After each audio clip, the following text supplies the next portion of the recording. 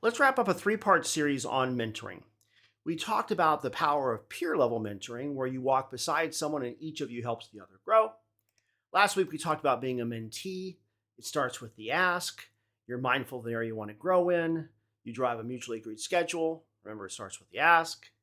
So let's finish with a few ideas for the mentor. First is to identify what your mentee is looking for. Is it a mentor or a coach? Different folks will use those terms interchangeably, but for this conversation, a coach instructs on skills. Baseball team, there's a manager, but to get the best out of each role, there are batting coaches, pitching coaches, etc. Versus a mentor who helps you see bigger pictures, bounce ideas off of, etc. So be clear on what role you're serving. And sometimes you might swap hats. Just make sure you're aligned with the expectations of your mentee. Coaches often offer prescriptive recommendations on specifically how to build a skill. Try it this way. Mentors don't always offer answers, they ask questions so that you can see or think about things differently. Hey, have you thought about? Here's a couple examples. One key colleague came to me a few months ago and really wanted to work on her presentation skills.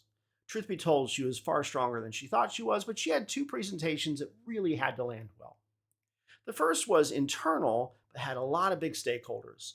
So we really just talked through flow, layout. She previewed it with me. I gave her slide by slide feedback on content and delivery. She iterated and then later nailed it. Second was an external industry presentation that had a theme. Such a cool theme. So we geeked out on initial ideas and concepts because we're nerds in the same way.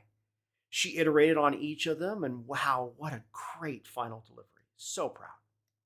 We connected through a mentor mentee program, but really then I was coaching. For a different colleague, it was mentoring. It started as just a discussion on integrating faith and work, but his current career looks a lot like my past. So it's evolved into a longer term, ongoing mentorship, encouraging opportunities for future growth, etc. In both cases, I primarily ask questions. Sometimes I'll do an introduction, unlock an opportunity, or I'll ask if they want feedback. Let me wrap by saying this. Everybody gets busy. But every 2 weeks, I get 80 plus working hours or 160 half-hour slots. So if someone has a growth mindset on something I think I can help with, I'll try to give them one. See you next Monday.